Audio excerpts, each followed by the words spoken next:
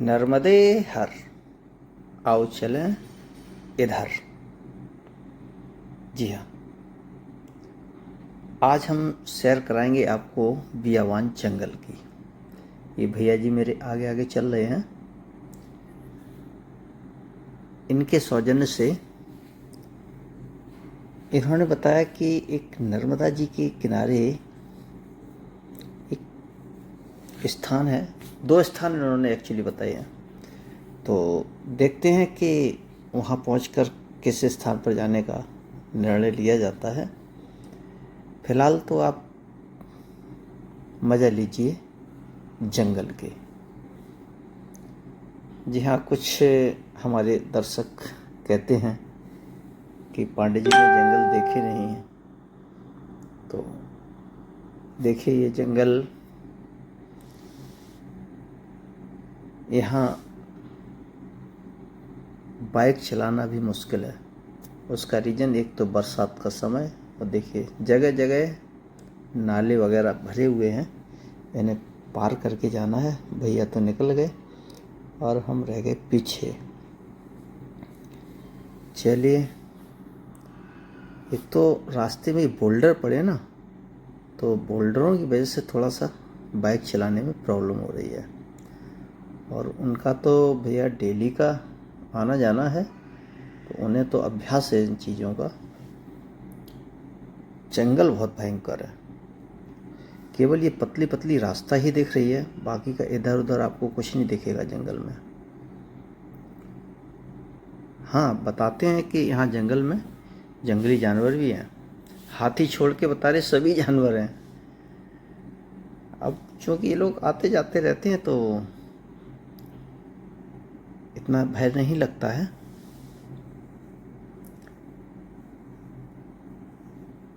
देखते हैं कि कितना। हमें तो लगता है ये शायद सफ़र कई किलोमीटर का है। हाँ, थोड़ा भैया पीछे भी देख लेते हैं कि हम आ रहे हैं कि नहीं आ रहे। देखिए ये जगह जगह इस तरीके से रास्ते हैं, और ये कैसे ये लोग निकलते रहते हैं। देखिए भाई साहब, वीडियो बनाने में कितने पापड़ बेलने पड़ते हैं, और आपको लाइक करने में कुछ नहीं, केवल एक अंगूठे की आवश्यकता होती है। देखिए पुनः फिर एक नाला आ गया। इस तरीके से बार बार। अच्छा, अभी भैया जी को एक साथी भी मिल गए हैं। जी हाँ, उनको एक साथी भी मिल गए हैं। अब वही मैं कहूँ, ये तो सिंगल थे, अब डबल कैसे हो गए। रास्ता शायद आने वाला होगा। क्योंकि भैया जी मिल गए हैं रास्ते में, तो हो सकता है कि हम जहाँ जा रहे हैं वो स्थान आने वाला हो।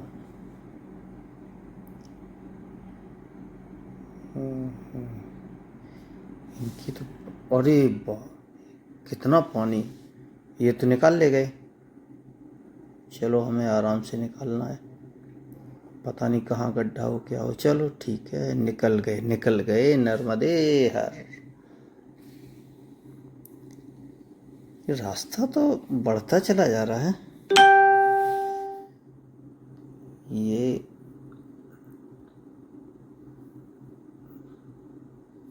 क्या बात है। नाले बहुत हैं। वो तो गनीमत मानिए कि अभी बारिश नहीं हुई है। अगर बारिश हो जाए तो शायद इस रास्ते पे लौटना मुश्किल हो जाएगा। हाँ, मुश्किल ही नहीं, नामुमकिन हो जाएगा। क्योंकि ये नाले जो अभी इनमें जितना पानी दिखाई दे रहा है, उस समय तो इसमें धार चल रही होगी।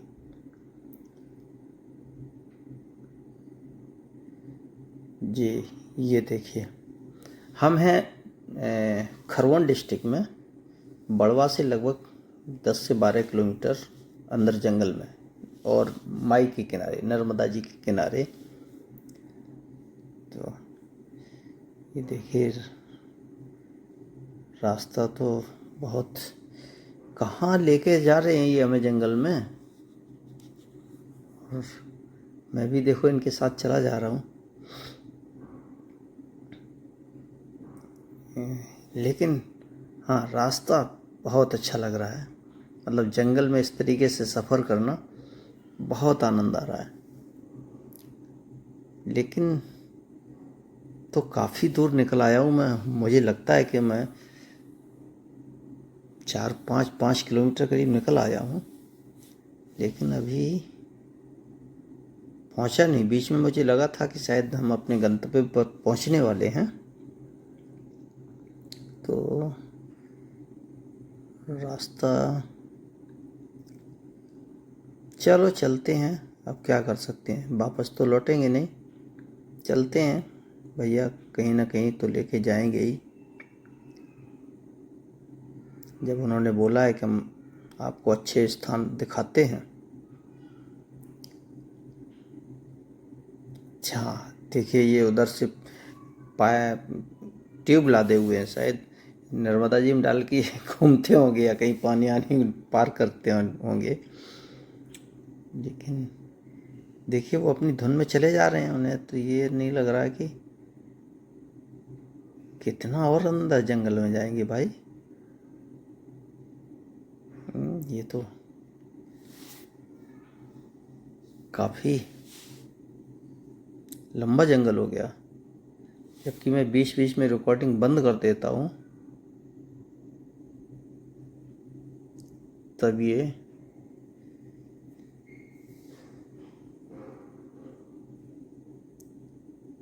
अरे भाई आएगा कि नहीं, स्थान कहाँ लेके चल रहे हो। अब उन्हें सुनाई देता हूँ ना, बाइक की आवाज़ में उन्हें क्या सुनाई देगा हम क्या बोल रहे हैं।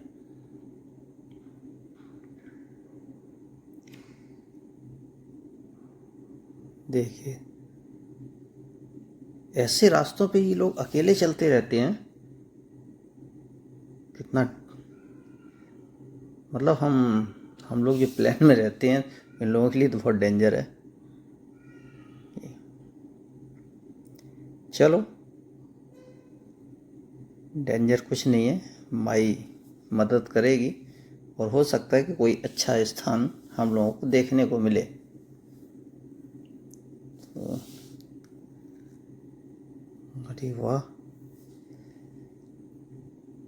धूप भी निकली हुई है, लेकिन हाँ ऐसे में अगर बारिश होने लगे तो फिर मुश्किल ही होगा रुकना कहीं। रुक के करेंगे भी क्या, भीगना तो है ही। लेकिन देखिए कितनी स्पीड में चले जा रहे हैं भैया, कहाँ लेके। अच्छा अच्छा, ये हाँ ये कुछ बोर्ड लगा है ये, जी हाँ ये ब्रेक लग गए इनके।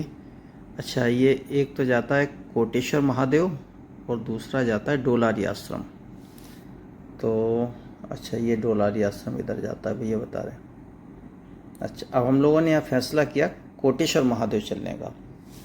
कोटेश्वर महादेव के बारे में बताया कि बहुत ही चमत्कारिक मंदिर है वहाँ पर। कोटेश्वर महादेव बहुत ही चमत्कारिक हैं और उनकी चमत्कार की कहानियाँ तो जितनी आप सुनेंगे वो कम है।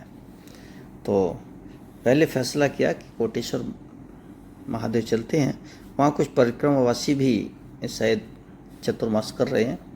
रास्ता देखिए एकदम से पहाड़ी, देखिए गाड़ी तक रुक जाती है भाई साहब, बड़े बड़े बोल्डर हैं, बोल्डरों की वजह से डिसबैलेंस हो जाती है और एकदम से चढ़ाई है। हालांकि इससे ज़्यादा चढ़ाई तो हम उत्तराखंड जब गए थे तो उत्तराखंड इससे भी भयानक चढ़ाइयाँ चढ़ी, लेकिन अंतर ये था कि वो समतल रोड थे, मतलब रोड थे, चलाने में दिक्कत नहीं थी, चढ़ाई ज़रूर थी। और ये चढ़ाई के साथ साथ इसमें बोल्डर हैं, तो बोल्डर की वजह से बाइक डिसबैलेंस हो जाती है। देखिए ऊपर चढ़ते चले जा रहे हैं, कितनी चढ़ाई पे जाएंगे। पहाड़ी अभी ख़त्म नहीं हुई है ये, हाँ अब यहाँ से ढलान शुरू होती है ये शायद, जी हाँ। अब यहाँ से ढलान शुरू होगी। पहले चढ़ाई चढ़कर आए पहाड़ी को, तो ये भैया ले कहाँ जा रहे हैं? कितनी देर से हम इनके पीछा कर रहे हैं जंगल में, और कितनी दूर ले जाएंगे? हाँ, बोर्ड मिल गया था तो उससे कुछ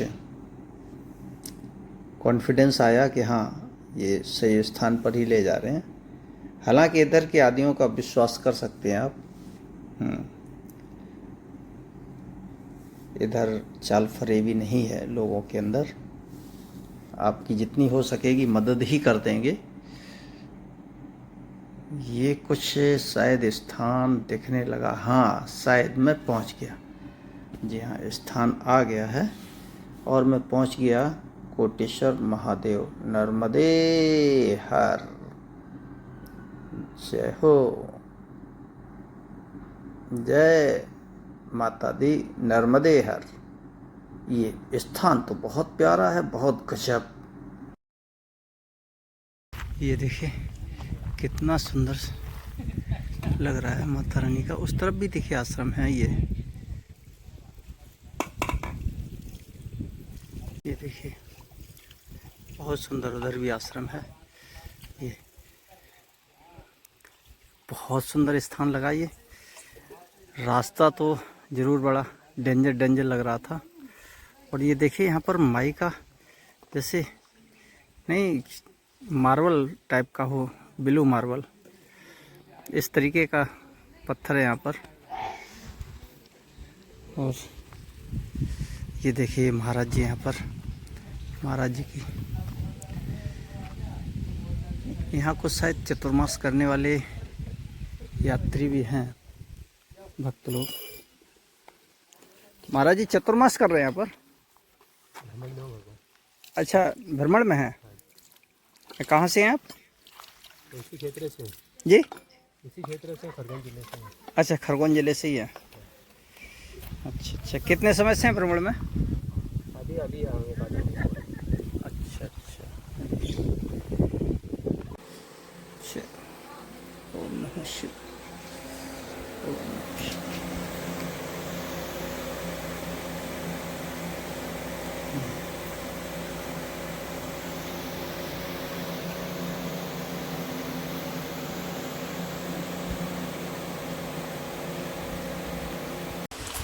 नर्मदे हर। नर्मदे हर। प्रभु अपना शुभ नाम? राजेश कुमार खेड़े, सनावद से। अच्छा, तो आप यहाँ परमानेंट यहाँ रहते हैं? परमानेंट तो नहीं, पर अधिकतर मेरा आना जाना यही रहता है, पंडिताई वगैरह कर्मकांड के हिसाब से, प्लस अभिषेक वगैरह। कितने समय से? 2001 से आ रहा हूँ मैं। 2001 से लगभग 24-25 साल हो गए। तो इस स्थान के बारे में थोड़ा सा बताएंगे, कोटेश्वर महादेव नाम क्यों रखा गया यहाँ का?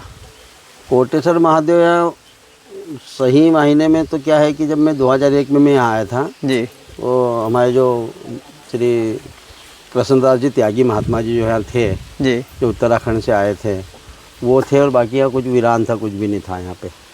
अच्छा। हाँ, और यहाँ का कुछ ऐसा चमत्कार बहुत हमने स्वयं ने देखा भी और बाबा ने भी देखा था जी, कि यहाँ मतलब ये पिकनिक स्पॉट न हो के एक साधना स्थल है।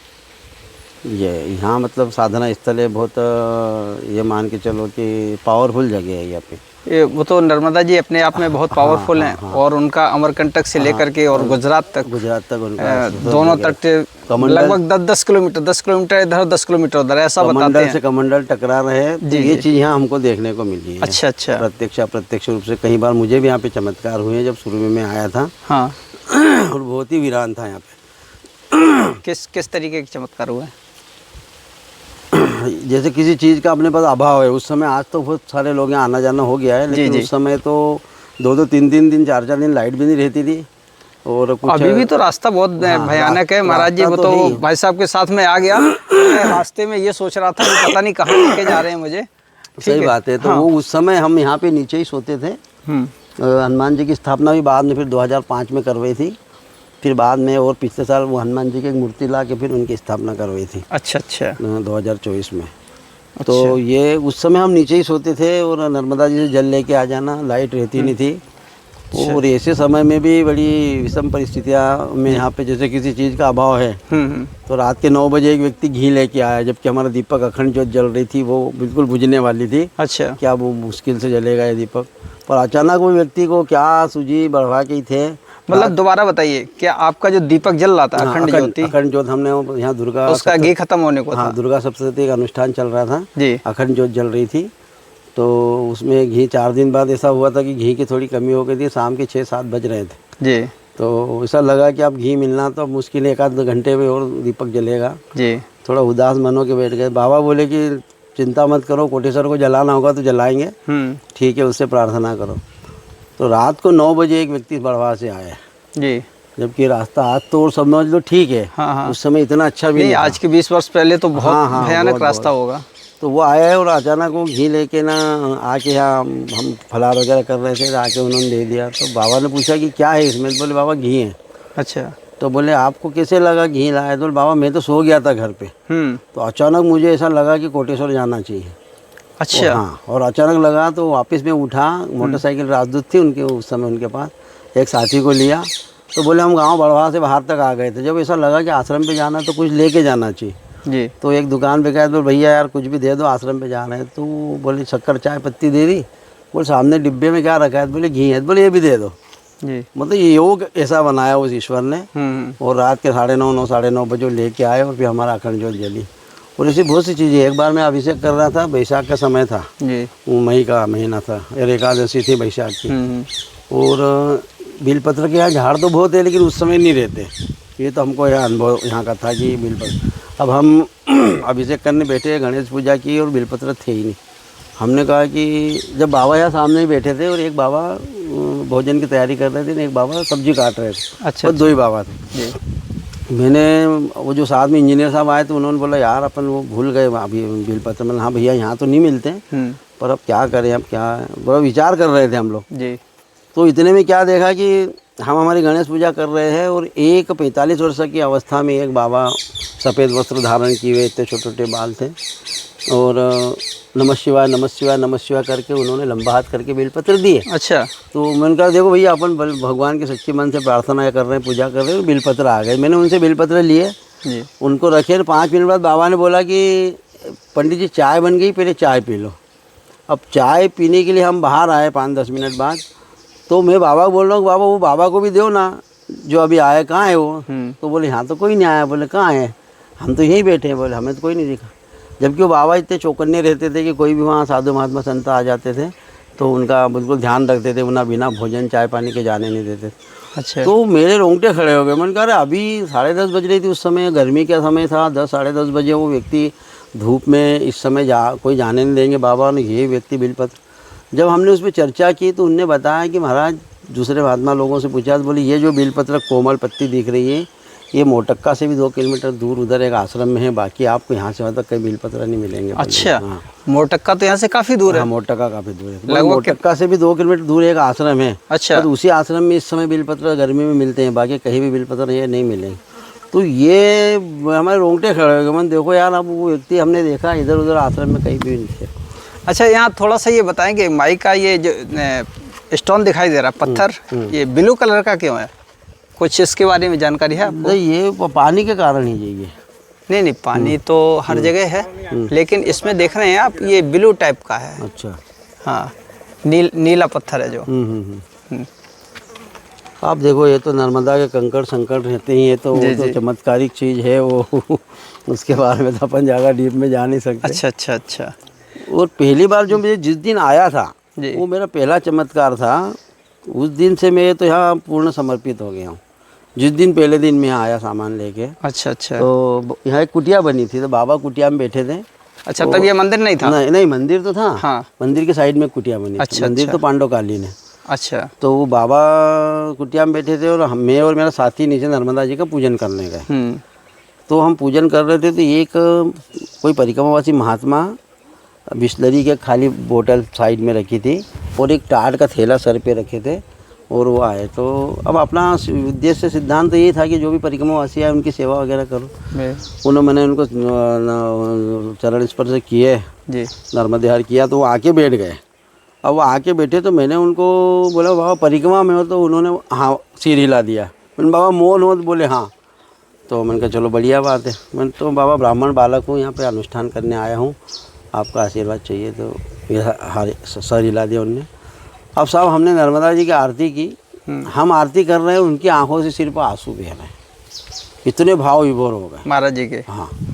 तो हमको भी बड़ा, अब मेरा भी नया नया समय था तो मैं भी थोड़ा, भाई कौन व्यक्ति महात्मा क्या है। उस समय क्या अवस्था रही होगी हाँ आपकी? मेरी हाँ मेरी ये मान के चलो कि 20-25 साल पहले की बात है, मतलब ये मान के चलो आपकी 45 साल 40-45 की। 40-45 के। अच्छा अच्छा। अब मेरे को महात्मा जी को देख मन के कि बाबा आप ऊपर चलो, कुछ प्रसादी वगैरह कहीं भी लेना।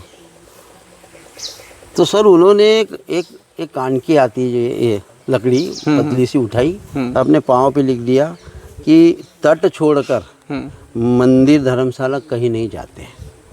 अच्छा। हाँ, तो पाँव पे लिखा उन्होंने। हाँ। तो मैंने कहा बाबा फिर रात में, तो मेरे को देख के हंसे, वो थैला बता दिया, थैला था उनके सर पे टाट का, बोले इसको लेके सोते। मैंने बाबा यहीं सोते तट पे? तो बोले हाँ। हम समझ नहीं पा रहे थे कि ये व्यक्ति क्या, कौन सी विभूति है, क्या है। फिर उनने कहा कुछ प्रसादी दो, तो हम प्रसादी में से कुछ ले तो गए थे, शक्कर वगैरह बन के, बाबा प्रसादी मांग रहे। दौड़ते से हम ऊपर आए, ऊपर आके हमने बाबा को बोला, एक मैंने साथ वाले को भेजा, मैंने जल्दी से प्रसादी लिया, दोने में थोड़े गुड़ और दाने वाने लेके गए थे, पूछू कि भोजन तो बना नहीं था। नीचे जाके उन्होंने रखा, तो हमने दिया उनको, तो एकदम भाव विभोर बोले, मैंने बाबा प्रसादी आपने मंगाई दी। मेरे को देखा गौर से, बोले आरती सुबह 6 बजे किया करो और ये प्रसादी किसी कन्या को दे देना। अच्छा। बस इतना कह के ना वो इस तट से यहाँ से सीधे ऐसे रवाना हुए सर। और हम लोग ऊपर आए जी। ऊपर आके हमने बाबा को पुकार, बाबा बाबा वो महात्मा मिले थे, उन्होंने ऐसा क्या बोला, उन्होंने ऐसा बोला कि किसी कन्या को दे देना। कहाँ है महात्मा? मैंने बाबा ये नीम के झाड़ के नीचे हम लोग आए, इधर हमने उनको देखा, कोई व्यक्ति नजर नहीं आया, नहीं नजर आया। 20 से 25 मिनट तक बाबा और हम दोनों खड़े रहे। देखा यहाँ से वहाँ तक कोई व्यक्ति नजर नहीं। बाबा बोले तुम ऊपर आओ, इतने में व्यक्ति इधर कहाँ तक जाएगा, क्योंकि पानी कम था, गर्मी का समय था। वो फिर बाबा समझ गए, बोले पंडित जी महाराज जी चूक गए अपन। बोले ठीक है। उन्होंने क्या बोला? मैंने उन्होंने बोला कि कन्या भोजन कराना, ओ कन्या को प्रसाद देना। अब बाबा मेरे को बोले कि कन्या भोजन करा के ही आपको पाठ शुरू करना है जी। अब मेरे को लगा कि इसलिए जंगल में व्यक्तियों के पता ही नहीं कन्या कहाँ से आज आएगी, मेरे को पाठ शुरू करना है, कन्या कहाँ से आएगी। जी। मैंने बाबा कन्या का क्या करेंगे? बोले आप पूजा की तैयारी करो, और साथ वाले को बोला कि आप भोजन बनाओ। उसने बोला है तो कन्या का भी कहीं ना कहीं होगा। अच्छा। अब मेरे को तो रोंगटे खड़े हो रहे थे, मैंने यहाँ व्यक्ति नहीं आ रहा है, 25 साल पहले की बात है, तो यहाँ कहाँ से कन्या होगा। 1 घंटे बाद सर इस नीम के झाड़ के नीचे 3 लड़कियों की आवाज़ आई। अच्छा। 3 कन्याएं खेल रही जी। बाबा मेरे को बोले महाराज जी, मैं बाहर आओ, कन्याएं आ गई, उनका पूजन करो, भोजन करो। अब साहब उनको देखा तो मेरी आंखें भी भर आई, मेरे रोंगटे खड़े हो गए। मन कि ये बियावान जंगल में यार, ये 3 छोरियाँ, उनको पूछो बिल्कुल छोटी छोटी थी। मैंने कहाँ रहते हो? बोले हम वहाँ रहते, वहाँ रहते, ऐसे बताया करें। बाबा बोले तुम कुछ प्रश्न मत करो उनसे, आप सिर्फ पूजन करो, उनका भोजन आसपास तो कोई गांव है नहीं यहाँ पर? नहीं, उधर दूर गांव है, बहुत दूर है यहाँ से, 4-5 किलोमीटर। फिर मैंने उनको कन्या पूजन किया, भोजन कराया, फिर मैंने मेरा पाठ चालू कर दिया। वो 4 बजे तक यहीं पे मतलब खेलना कूदना उनका नीम के झाड़ के नीचे हुआ। फिर बाद में मैंने उनको 4 बजे आरती पूजा की, फिर उनको पूछा कहाँ रहते हो? तो बोले हम यहाँ सामने रहते, ऐसा वो जगह बताया कहीं। फिर उनके पिताजी उनको सर लेने आए। अच्छा। तो मैंने पूछा क्यों भाई तुम कहाँ रहते हो? तो बोले हम तो यही नर्मदा तट पे वो टपरी उपरी बना के रहते थे। तो आज मंगलवार का बाजार था, हम बड़वा बाजार जा रहे थे, तो 3 छोरियाँ बोले कह रही थी हमको कि हमको मंदिर पे छोड़ा। अच्छा। बोले हम इतने दिन से रह रहे हैं, पर इन्होंने आज तक मंदिर का जिक्र नहीं किया, पर आज बोले हमको मंदिर पे छोड़ा हूँ, मंदिर पे छोड़ा हूँ। तो हमने इनको यहाँ छोड़ दिया नीचे नाले के पास से, वो ऊपर आ गए, हम हमारे बाजार चले गए। अच्छा। तो क्यों पूछ रहे हो तुम? मन नहीं, बस हाथ जोड़े आपके। मतलब आपको कन्या भोजन कराना था तो देखो ऐसा, मतलब ऐसी बहुत सी चीज़ें हमको घटी थी। और बाबा को तो सब ऐसा घटना है, यहाँ रात में बड़ी बड़ी जटा। अच्छा, ये बाबा जी हैं ना, जो पहले रहते थे यहाँ पर। अच्छा, अब ये शरीर छोड़ दिए महाराज जी? हाँ, महाराज जी कोरोना के बाद में, कोरोना काल में ही उनका थोड़ा। अच्छा। कृष्णदास त्यागी रामानंदी थे। अच्छा। और अभी अभिराम दास जी जो हैं, हाँ, उनके शिष्य हैं। अच्छा, उनके शिष्य? हाँ, उनके शिष्य। अच्छा। श्री 108 अभिराम दास जी। जो उत्तराखंड में हैं। चलिए महाराज जी, बहुत अच्छा लगा आपसे मिलकर के। बहुत और ये चमत्कारों की कहानी सुन करके तो ये मन कर रहा है कि और आपसे सुने, आपसे जाने। तो हम जब भी आते हैं ना, तो और वैसे माई के किनारे तो एक से एक चमत्कार भरे हुए हैं। बिल्कुल बिल्कुल सही बात है। और जितना उनके बारे में सुनते हैं तो लगता है और सुनने की इच्छा होती है। नहीं सही बात है। तो आपका डेली आना जाना रहता है नहीं डेली नहीं, जैसे कोई अभिषेक पूजा वाला रहता है जी। बाकी ये तो मेरे लिए तो ऐसा मेरा स्थान हो गया है, मेरा सिद्ध स्थान मेरे लिए गांव घर जैसा हो गया। जब भी ऐसा फ्री हो तो आ जाओ, या किसी जजमान फिर भी सनावद यहाँ से दूर पड़ता है, कितने दूर पड़ता है? मेरा गाँव है 26 किलोमीटर पड़ता है। 26 किलोमीटर। हाँ, और तो भी आप आते हैं? बिल्कुल, कभी टाइम बेटा रात को 8 बजे निकलो यहाँ से, अच्छा। सुबह जल्दी। तो ये जंगल में जानवरों का जानवर है ना, जानवर है। तो फिर रात में कैसे? नहीं वैसे अब वो क्या है कि कभी सामने से निकल के जा रहा है, कभी साइड से उधर जंगल में दिख रहा है। बाकी वो आज तक ऐसा किसी को परेशान नहीं किया। हाँ, परिक्रमावासी भी इधर से निकलते हैं। हाँ, परिक्रमावासी भी इधर से। अब रास्ता अभी थोड़ा बंद हो गया डैम के कारण जी। तो परिक्रमावासी उधर से सीधे जयंती माता होते हुए जयंती माता होते हुए निकल जाते हैं। चलिए महाराज जी, बहुत अच्छा लगा आपसे मिलकर के। नर्मदे हर, नर्मदे हर, नर्मदे हर। हाँ, अभी आप कुछ कह रहे थे कि आप यहाँ के बारे में। आप कहाँ से आते हैं ये बताइए। मैं तो बड़ी कसरावत जो है वहाँ से आता हूँ। कसरावत से? हाँ, लेकिन अभी अष्टमी पे हम यहाँ आए थे, हमारे ससुराल आए थे। अच्छा अच्छा। हाँ, तो ये हमारे अंकल जी है, तो ये कोटेश्वर आते रहते हैं। तो ये बताते हैं इनका बहुत पुराना अनुभव है यहाँ पे, 20-25 हाँ, वो साल तो अभी का। बता रहे थे। हाँ, और वो आते भी थे तो शेर वगैरह उनको दिख जाते थे, फिर भी ये रात को 10-11 बजे भी आए, श्रद्धा है इनकी तो आते हैं। तो बताते रहते थे कि यार कोटेश्वर चलना है। आप पहली बार आए हैं? हाँ, मैं फर्स्ट टाइम आया हूँ। तो आपको यहाँ कैसा लग रहा है? बहुत अच्छा लग रहा है। जैसे ही मैं आया ना तो मतलब इतना सुकून फील हुआ कि और अच्छा उत्तर तट है, शिवलिंग है, तो यहाँ पे साधना तो सिद्ध होती है, अपन सभी जानते हैं। तो अभी आपके मन में विचार क्या आ रहा था? अभी क्या हो रहा था कि जैसे हम यहाँ आए तो अक्सर अपन देखते हैं इंस्टा वगैरह पे या यूट्यूब पे कि कोई डाल रहा है कि इसके 3 किलोमीटर ये है, आपने क्या देखा है हमारे जिले का या संभाग का या मध्य प्रदेश का। हाँ। तो ऐसा मैंने मन में ख्याल है कि कोई यूट्यूबर यहाँ क्यों आता क्यों नहीं है, यहाँ आ जाए तो ये जगह एक्सप्लोर हो जाएगी थोड़ी सी, क्योंकि ये पांडवकालीन है। अच्छा अच्छा। ये जगह पांडवकालीन है। तो मेरे मन में से आया कि यहाँ कोई यूट्यूबर आता नहीं है, और 5 मिनट नहीं हुए और आप हमको दिख गए। तो एक देखा जाए तो एक तरीके का ये भी सहयोग है कि ये एक बात हुई और आप आ गए। ऐसा कहा जाता है नर्मदा जी के किनारे कि व्यक्ति जो भी मन में अभिलाषा करता है, इच्छाएं करता है, सही है, माँ 24 घंटे के अंदर उसकी पूर्ति करती है। आपकी तो 5 मिनट में ही 5 मिनट में हो गई। मतलब एकदम एक्यूरेट ये हुआ कि मतलब कि क्यों यहाँ यूट्यूबर नहीं आता है और इसको क्यों एक्सप्लोर नहीं करते कि इतनी अच्छी जगह है, पुराना ऐतिहासिक भी स्थल है ये। तो मैंने कहा कि होना चाहिए ऐसा, और वो हुआ भी। माता ने आपकी इच्छा पूरी कर दी। नर्मदे हर। नर्मदे हर, धन्यवाद।